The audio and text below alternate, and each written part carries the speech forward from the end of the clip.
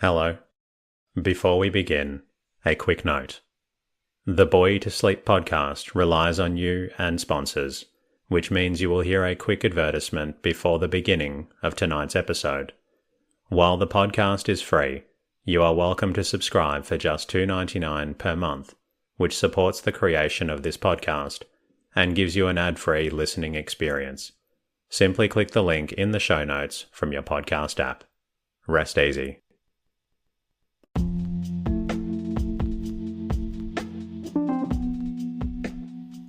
Hello. Welcome to the Bore You to Sleep podcast. The podcast that will hopefully help you get to sleep. I am going to read an open source book, one that is not particularly interesting, but one that is hopefully boring enough to get you to sleep. Tonight's reading comes from The Sea-Charm of Venice. Written by Stopford, Brooke, and published in 1905. This story looks at the history of Venice. My name is Teddy, and I aim to help people everywhere get a good night's rest. Sleep is so important, and my mission is to help you get the rest you need. The podcast is designed to play in the background while you slowly fall asleep. For those new to the podcast, it started from my own struggles with sleep. I wanted to create a resource for others facing similar challenges, and I'm so grateful for the amazing community we've built together. The podcast is self-made and self-produced, which is why you'll hear a short ad at the beginning of each episode. These ads, along with support from subscribers and patrons on Patreon, enable me to keep delivering this podcast for free to those who need it. Thank you to everyone who shared their words of gratitude with me during the week, whether through the website or your podcast app. Your messages mean the world to me. If you find the podcast beneficial and would like to support it, there are a few ways you can contribute. Follow the podcast in your podcast app and leave a comment. This is a really easy way to support the show and help others find it. Become a subscriber for $2.99 per month simply by clicking on the link in the show notes. This also removes the ad at the beginning of the episode and supports episode creation. If subscribing is not possible, and I completely understand if it is not, simply leaving a review and rating in your podcast app really helps out. Even one sentence goes a long way. If you would like to say hello to me, and it's always great to hear from listeners, you can do that by visiting boreyouTosleep.com. And if you know someone out there who also struggles with sleep, please feel free to recommend the podcast to them. In the meantime, lie back, relax, and enjoy the readings. The Sea-Charm of Venice by Stopford, Brooke. New York, E.P. Dutton & Co., 1907. When Attila came storming into Europe, his conquests may be said to have given rise to two great sea powers. His rush on the north along the Baltic shores probably caused so much pressure on the continental English that many of them, all the Engle especially, left their lands, found another country in Britain, and gave it the name of England. It is now, and has been for some centuries, the mistress of the seas, both in commerce and in war. But when Attila drove his war plough southward, he crossed the Alps and descended on the cities of the plain between Trieste and the Po. When he reached Altinum, Aquileia, and the other towns bordering on the lagoon, the Roman nobles, many of whom might be called merchant princes, and their dependents fled to Torcello to Rialto, and to other islands where, before the conqueror came, they had established depots for their trading, where the fishermen and boatmen were already in their pay. When the Goths followed the invading track of Attila, the emigration of the Roman inhabitants of the mainland to the lagoon continued year after year, and out of this emigrant flight grew Venice, the Queen of the Sea. England was so Teutonic, Venice was Roman, and as in England the Teuton destroyed the influence of Rome, so the Teutonic invasion of Italy, with all its new elements, never touched Venice. The Gothic influence left her uninfluenced. She alone in Italy was pure Roman. The English race was mixed with the Celtic race, but the Teutonic elements prevailed. But Venice was unmixed. She was always singularly Roman, right down to the dreadful days of her final conquest, so that it may well be said that Manon was ultimus Romanorum. In constitution, in laws, in traditions, in the temper of her citizens, in manners, in her greatness, her splendour, even in her unbridled luxury and her decay, she was Roman to the end. Italy was transmuted by the Goth, but not Venice. But owing to her origin, she was Rome at sea, and being on the edge of a sea which naturally carried her war and trade to the east, she was more of Eastern than of Western Rome. Byzantium, not the Italian Rome, was her nursing mother, and poured into her the milk of her art, her commerce, and her customs. By this also she remained outside of Italy, and her position anchored in the sea off the Italian coast is, as it were, a symbol of her double relation to Western and Eastern Rome. Whatever change took place in her Roman nature was made by the spirit of the sea, on which she had made her home. Commerce was forced upon her, and it was not difficult for her to take it up, for the Roman senators and patricians of Altinum, Padua, Concordia, and Aquileia, who took refuge on the islands, had been traders before they founded Venice, and only developed more fully in Venice that commerce which they had practiced on the mainland. Aquileia had been for years, before the barbaric invasion, the emporium of a trade with Byzantium and the Danube. The trade was transferred to Venice.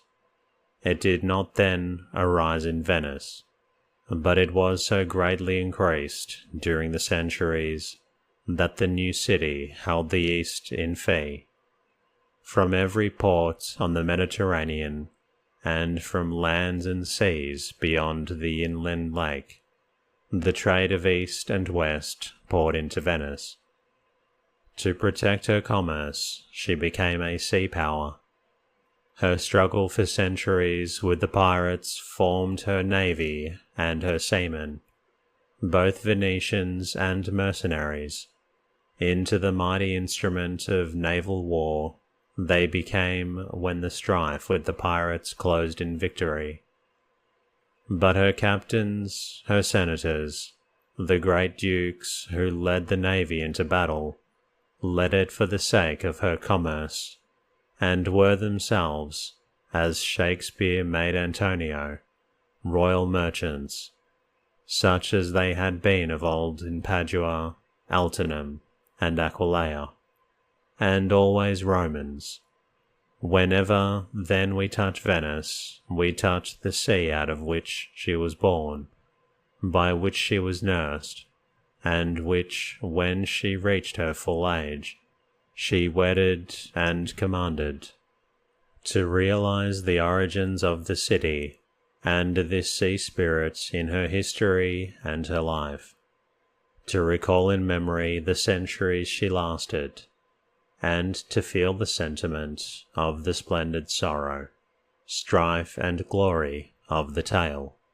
It is well to row to Torcello, to climb to the top of the cathedral tower, and to look out from the low-arched windows, north and south, east and west.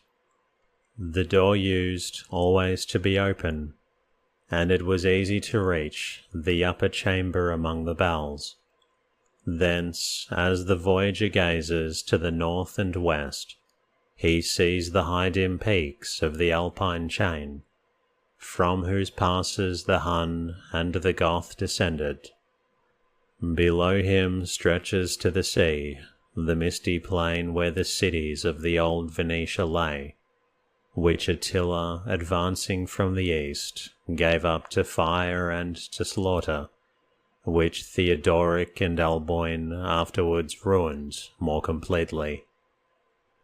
From these and from all the villages of the plain, the Roman nobles with their dependents fled to the islands of the lagoon, which our voyager sees spreading north and south at his feet, for many miles of blue and silver water. Below the tower are the deep-grassed meadows and dreary shores of Torcello, which the people of Altinum, a third part of whom took flight from Attila, covered as the years went on with noble palaces, streets, bridges and gardens. The cathedral they built was built with the very marbles which had adorned, and the stones which had raised, the churches and houses of Altinum. Pillars, capitals, the pulpits, the chair of the bishop, the marble screen of the choir, the font, the pavement, belonged to their church on the land. They were still Venetians. As they increased, and as the emigration from other cities continued, the dwellers in the older Venetia colonized Mazzorbo, Burano, Murano, and Malamocco. The islands lie before our eyes as we look from the southern windows of the tower, and noblest of all, at the end of the long, slow-curving line of the deep channel, among the marshes, is Rivo Alto, on whose islands the Venetians fixed their capital at last. There, tremulous in the sea mist, is the shining expanse of water before the ducal palace, and the towers of the great city in whose splendour and power ended the misery and the struggle of the flight. No view makes a deeper impression on the historian, but when that impression has been realized, there will steal into his mind, if he have with him the spirit of imagination, another impression, one of curious charm, a charm half of nature and half of humanity, a charm not of the land, but of the sea. In that charm there is the breath of the salt winds and the life of the dark blue waves which, beyond Venice, he sees from Torcello, breaking in flashing foam on the Lido, which defends the lagoon and shelters the city. It is a charm that rises to his heart, not only from the gay tossing of the Adriatic, but from the quiet, glittering, silver-grey expanse of the tidal lagoon, in which the islands sleep like cattle on the meadows of the land. And of this charm, and all it means and has made to Venice, I shall attempt to write. To write on Venice when many have written so well on her, to describe her when she has been described from the angel that, so short time ago, watched over her on the Campanile to the islands on the far lagoon, seems almost as impertinence.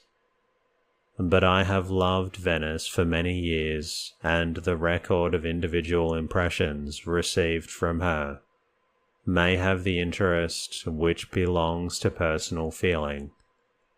Moreover, in this little essay I shall limit myself to one subject, to the charm and the life which are added to Venice by the presence of the sea, to the influence which the sea has had on her beauty, on the character of her art, and on the imagination of those who visit her. What influence the sea had on her history, that immense subject, does not come within the scope of this essay. It is only concerned with her beauty, her charm, as they are bound up with the sea. It is not, save incidentally, concerned with her history. In her constitution, in her history, in her people, in her position, in her art, and in her sea power and commerce, Venice among Italian towns stands alone. She only is built, not by the sea, but in the sea, born not on the beach of ocean, but like Aphrodite, from beneath her heart. It is this difference which, entering into all her lesser charms, gives them their distinction, their wild, remote, and natural grace. Other great towns belong to humanity and art. Even when they are seaports, they are of the land, and are the creation of the land. But Venice, full of her own humanity, wrought into beauty by the art of her children, raised from the waves by the labour of those who loved her, belongs only to the sea, and seems to be the creation not only of man, but of great nature herself. Her streets are streams of the sea, and were planned by the will of the sea. The great path which, curling like a serpent, divides her city, by which her palaces of business, pleasure, and government were built, on which her history displayed itself for centuries in thanksgiving or sorrow, in pomp or in decay, is a sea river ebbing and flowing, and brings day by day into her midst the winds of ocean for her life, the fruits of ocean for her food, the mystery of ocean for her beauty. This presence and power of the living sea, running through Venice like blood through a man, makes her distinctive charm. It is the charm of the life of nature herself, added to the life of her art and the life of her humanity. There are times when this impression is profound, to stand in the dawn before the city is awake on the quay of the Schiavoni, when the east beyond the Lido is flushing like a bride, and the morning star grows dim above the sea, is to forget that the stones on which we stand, the palaces and churches, bridges and towers, were built by man's wit or set up for his business and his pleasure. They rose, we think, out of the will and creative passion of the sea. The sky and the clouds descended to bestow on them other light and colour than those of the sea. The winds, in their playing, flung the bridges over the channels of the tide, and the sunlight knit them into strength. But these were only the artists that adorned. It was the sea that built the city. Lest we should lose the power of this dream, we will not watch the buildings grow solid in the growing light, but keep our eyes on the broad expanse of the lagoon, shimmering in silver grey out to the port of Lido, where the silver meets the leaping blue of the Adriatic. The whole water surface is alive, though it seem asleep, with the swift rushing of the tide.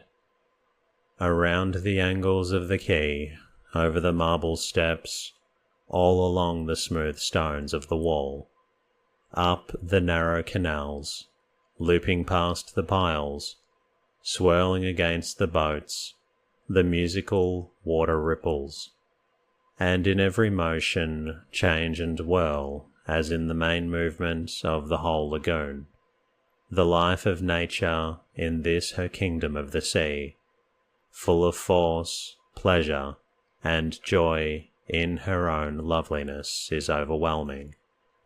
It masters the spirit of the gazer, and he becomes himself part of her sea passion, living in the stream of her sea being. There is silence everywhere. The quay is deserted, and if a belated sailor pass by, the sound of his footsteps seems to mingle with the crying of the seabirds and the plash of the water, and in the silence the impression that nature alone exists, that the city is her work and that man is nothing, is deepened for the moment into an unforgettable reality.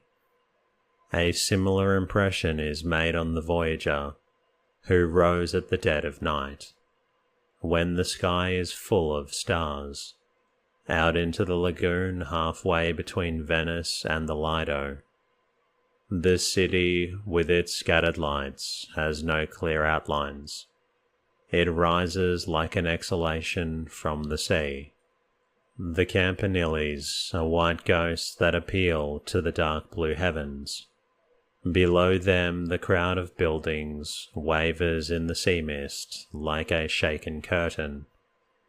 The city, seen thus in the tremulous starlight, is, we think, a dream conception which in high imagination the god of the sea, resting far below on his couch of pearl, has thrown into such form as his wandering will desires.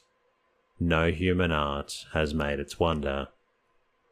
Nearer to our eyes the islands lie outstretched like sea creatures, risen from the depths to behold the stars and to rest from their labours.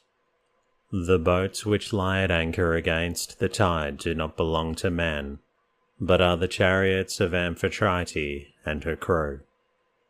And in the profound silence we hear the deep breathing of the sea, a marvellous, soft, universal sound, and perceive, half awed and half delighted, the rise and fall of her restless and pregnant breast.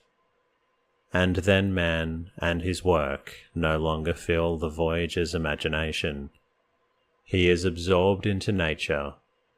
The starry sky above, the living sea below, are all he knows. And the sea is the greatest, for it takes into its depths the trembling of every star, and the white wavering of palace and tower, church and bridge, and marble quay. This impression received in twilight or at night rules the thousand impressions made in daylight by the art and life of Venice. The mighty being of the sea, with its eternal mystery, penetrates and pervades and is mistress of the humanity of the city. The ancient life of Venice was in harmony with this, and what remains of that life is still lovely and inspiring. The modern life of Venice tends day by day to be out of tune with this, and has violated its beauty with amazing recklessness.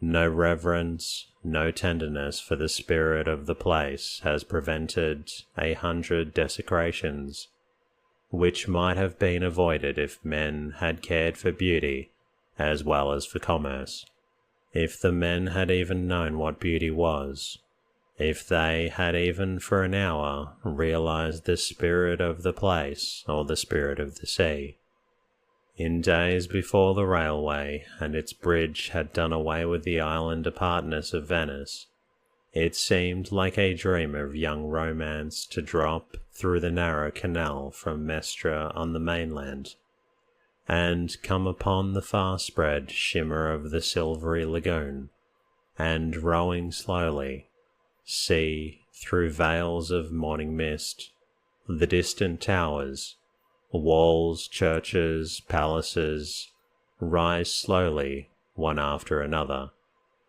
Out of the breast of the waters, silver and rose and gold out of sapphire, azure, and pale grey, a jewelled crown of architecture on the head of slumbering ocean. We forgot that fairyland had been driven from the earth, and saw, or dreamed we saw, the city of Morgan le Fay, or the palaces of the happy isles where the ever-young found refuge in the sea. So lovely and so dim, the city climbed out of the deep.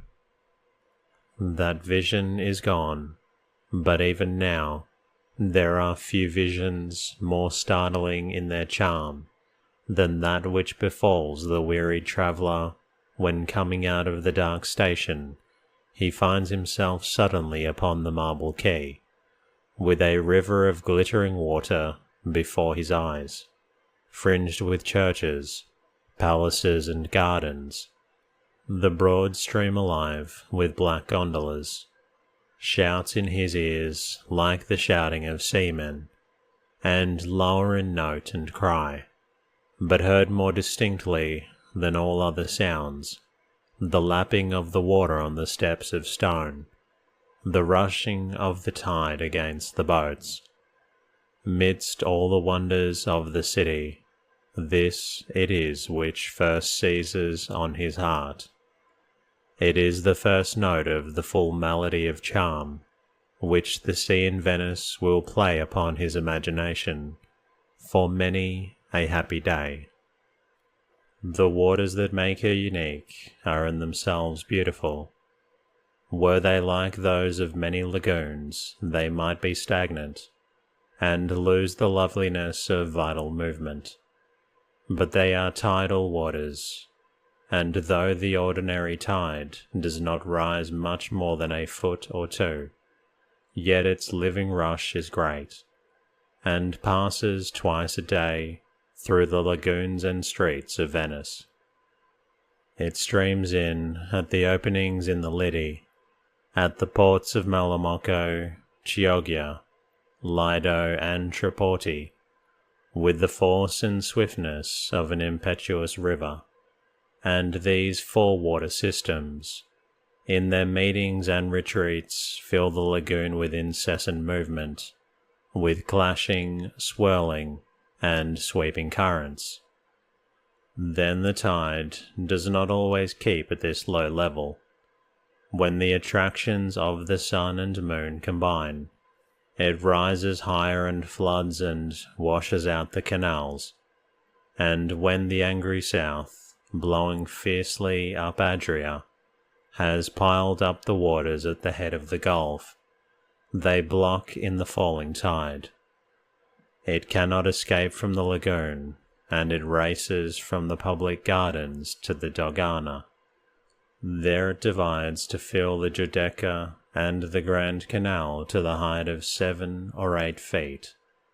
The canals rise, the calli are flooded, and the squares, and the piazza is a lake, and the piazzetta.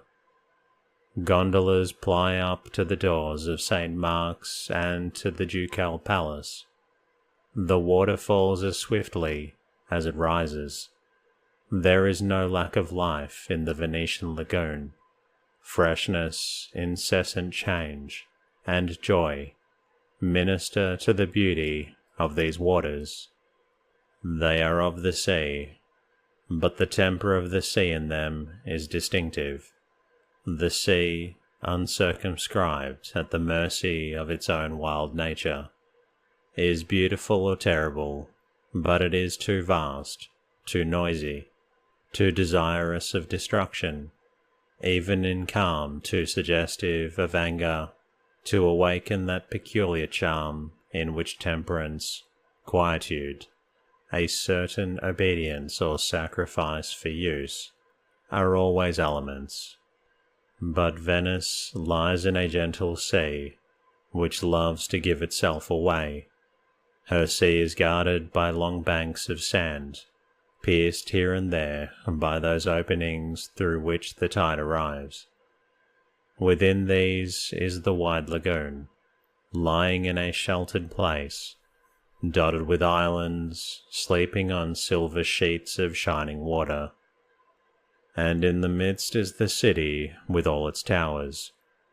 It is thus penetrated and encompassed by the life and beauty of the sea, but it is the sea tamed to a love of rest, made temperate even in furious wind, by the barriers its own force has built to shield its favoured daughter, keeping its natural freedom and love of movement, but obedient to the laws of help, and sacrificing its reckless and destroying will, in order to do the work that rivers do for men, preserving thus, along with its own wild charm, the charm also of the great streams that bless the earth. The sea, then, which makes Venice unique, has lost its recklessness and terror, but it has not lost its beauty, and its beauty has become, as it were, spiritual, for it has subdued itself to be more beautiful through service. It was then not only in pride, but also in gratitude and love, that the Doge wedded the sea, and cast into her breast his ring, and cried, "We espouse thee, sea, in token of true and perpetual dominion." This gentle manner of the sea, in its service through the narrow streets of the city, in the narrow lanes of the lagoon, and over its shallow banks, forced the boat the Venetians built up into the shape of the gondola, and compelled the mode of rowing it, and both these, being the work of nature as well as of man, are beautiful.